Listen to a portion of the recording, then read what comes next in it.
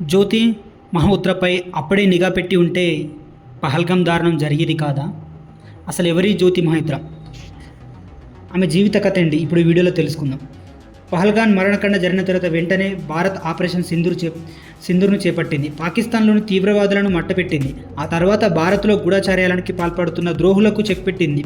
పాకిస్తాన్తో పాటు చేతులు కలిపిన భారత రహస్యాలను చేరవేస్తున్నారనే ఆరోపణలతో 6 వ్యక్తుల్ని పోలీసులు అరెస్ట్ చేశారు. అందులో జ్యోతి మహోత్రా అనే ట్రావెల్ బ్లాగర్ ఒకరు. యూట్యూబ్గా ఇన్ఫ్లుయెన్సర్గా బాగా ఫాలోయింగ్ ఉన్న జ్యోతి మహోత్రాకి తన రహస్యాలను పాక్కి చేరవేశారనే ఆధారాలు అధికారులు సేకరించారు. ఆమెతో సహా 6గురిని అరెస్టు చేశారు. అయితే జ్యోతి మహోత్రా వ్యవహారాన్ని ఏడాది క్రితమే ఓ వ్యక్తి అనుమానించడం విశేషం. ట్రావెల్ విత్ జో అనే పేరుతో సోషల్ మీడియా వీడియోలో అకౌంట్లు రన్ చేస్తున్న జ్యోతి అనుదాస్పద అంతర్జాతీయ ప్రయాణాలను ఓ వ్యక్తి ఏడాది క్రితమే సోషల్ మీడియాలో ప్రశ్నించాడు. అంతేకాదు ఆమెపై ఎన్ఐఏ నిఘా ఉంచాలని కూడా కోరారు. అప్పుడే పోలీసులు సైన్యం అలర్ట్ అయి ఉంటే ఈ పరిస్థితి ఏర్పాటు కాదని మరోలా ఉండేది. ఎవరి జ్యోతి మహోత్రా? హర్యానాలోని ఇసార్కి చెందిన జ్యోతి మహోత్రా ట్రావెల్ వ్లాగ్ అనే రన్ చేస్తుంది. ఆమె యూట్యూబ్ ఛానల్కు 3.77 లక్షలాది మంది సబ్స్క్రైబర్స్, ఇన్స్టాగ్రామ్ అకౌంట్లోకి 1.33 లక్షల మంది ఫాలోవర్స్ ఉన్నారు. సోషల్ మీడియా ఇన్ఫ్లుయెన్సర్గా ఆమె పలు కంపెనీల్లో ప్రచారం కూడా చేస్తున్నారంటున్నారు. ఇది ఆమె వృత్తి అయితే పాకిస్తాన్కి గూఢచార్యం చేయడం ఆమె ప్రతివృత్తిగా మార్చుకున్నారు. ఢిల్లీలోని పాకిస్తాన్ హై కమిషన్ పనిచేస్తున్న కొంతమంది సిబ్బందితో సత్సంబంధాలు జరిపినట్లు ఆరోపణలు ఉన్నాయి. ఆమెతో సత్సంబంధాలు జరిపిన ఓ అధికారిని మే 23న భారత్ బహిష్కరించడం విశేషం. ఆ తర్వాత జ్యోతి మహోత్రా కూడా అరెస్ట్ అయ్యారు. ఏడాది కిందటే జ్యోతి మహోత్రా కదలికలపై ఇప్పుడు అనుమానం వచ్చి సైనికులు ఆమెకు చెక్ పెట్టారు. అయితే ఏడాది క్రితమే ఆమె కదలికల్ని అనుమానించాడు కపిల్ జైన్ అనే వ్యక్తి. 2023లో ఆమె 2 సార్లు పాకిస్తాన్ని సందర్శించారు. ఆ తర్వాత ఆమె కాశ్మీర్లో కూడా పర్యటించారు. ఈ వరుస పర్యటనల వెనుక ఏదో రహస్యం ఉంటుందని అనుమానించాడు కపిల్ జైన్. పాకిస్తాన్ ఆ తర్వాత వెంటనే కాశ్మీర్, ఇలా 2 సార్లు ఆమె పర్యటించిన 2 షెడ్యూళ్లు ఉండడం ఆయన అనుమానానికి ప్రధాన కారణం. అయితే కపిల్ జైన్ ఈ విషయాన్ని ఏడాది క్రితమే సోషల్ మీడియాలో కూడా పోస్ట్ చేశారు. జాతీయ దర్యాప్తు సంస్థ అధికారులను అరెస్ట్ చేశారు. ఆమెపై నిఘా పెట్టాలన్నారు. ఆమె కదలికలు అనుమానంగా ఉన్నాయని చెప్పారు. కానీ అప్పట్లో ఎవరు పట్టించుకోలేదు. ఇప్పుడు ఆమె అరెస్టు అనంతరం అందరూ కపిల్ జైన్ ప్రశంసిస్తున్నారు.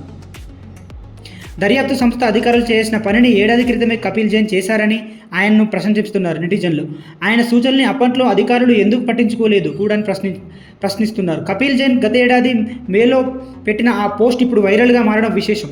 2023లో పాకిస్తాన్ వీసా కోసం భారత్లో ఉన్న పరిచయాలతో ఆమె పాకిస్తాన్ వెళ్ళి అక్కడ అధికారులతో భేటీ అయ్యారు. అక్కడే ఆమె భారత్కి చెందిన కీలక సమాచారాన్ని పాక్ అధికారులకు చెప్పినట్టు తెలుస్తుంది. దీనికోసమే ఆమె ట్రావెల్ వ్లాగ్ అనే పేరుతో భారత రహస్యాలన్నీ సేకరిస్తున్నట్టు కూడా అనుమానాలున్నాయి. పహల్గాం దాడి తర్వాత ఆమె విషయంలో పోలీసులు, సైన్యం అలర్ట్ అయ్యాయి. గతేడాది కపిల్ జైన్ పోస్ట్ని గనక అధికారులు చూసి ప్రస్తుతం అప్రమత్తం అయ్యి ఉంటే ఈ పహల్గాం ఉగ్రదాడి జరిగేది కాదేమో. అయితే ఎప్పుడైతే 2023లో పాకిస్తాన్లో అడుగు పెట్టిందో అప్పటి నుండి ఆమె బుద్ధి గతించి చెప్పింది. అక్కడ ఐఏఎస్ ఏజెంట్ డానిష్తో పరిచయం పెంచుకుంది.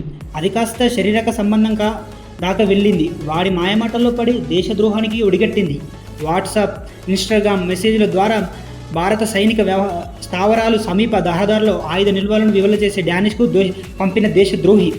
ప్రస్తుతం 5 రోజులు పోలీస్ కస్టడీలో ఉంది జ్యోతి మహోత్రా. ఆమెకు చెందిన యూట్యూబ్, ఇన్స్టాగ్రామ్ వీడియోలు పోలీసులు క్షుణ్ణంగా పరిశీలిస్తున్నారు. ఓ వీడియోలో ఢిల్లీలోని పాక్ ఎంబసీలో డానిష్ ఇచ్చిన ఇఫ్తార్ విందులో జ్యోతి మహోత్రా పాల్గొన్నట్టు ఉంది. ఈవెంట్లోనే పాకిస్తాన్ జాతీయ దినోత్సవం గురించి జ్యోతి మహోత్రా డానిష్తో మాట్లాడినట్టు ఉంది. గతంలో పహల్గాంలో కూడా జ్యోతి మహోత్రా పర్యటించింది. అయితే పహల్గాం ఉగ్రదాడి వెనుక జ్యోతి మహోత్రా పాత్ర కూడా ఉందని పోలీసులు ఆరా తీస్తున్నారు. యూట్యూబర్ ముసుగులో దేశ రహస్యాలను జ్యోతి ఎలా చేరవేసింది, ఈ నెట్వర్క్లో ఎవరెవరు ఉన్నారన్న దానిపై పోలీసులు ఆరా తీస్తున్నారు. ఇప్పుడు జ్యోతి తన యూట్యూబ్ వీడియోలను గూఢచార్యాలకు ఉపయోగించిన తీరు చూస్తే షాక్ అవ్వాల్సిందే. అంత పకడ్బందీగా దేశ రహస్యాలను శత్రువులకు అందించింది. సైనిక స్థావరాలను, దగ్గర ప్రాంతాలను షూట్ చేసింది. లోకల్ వ్యక్తులకు ఆర్థికంగా లోబరుచుకుని ఫోటోలు, వీడియోలు సేకరించింది.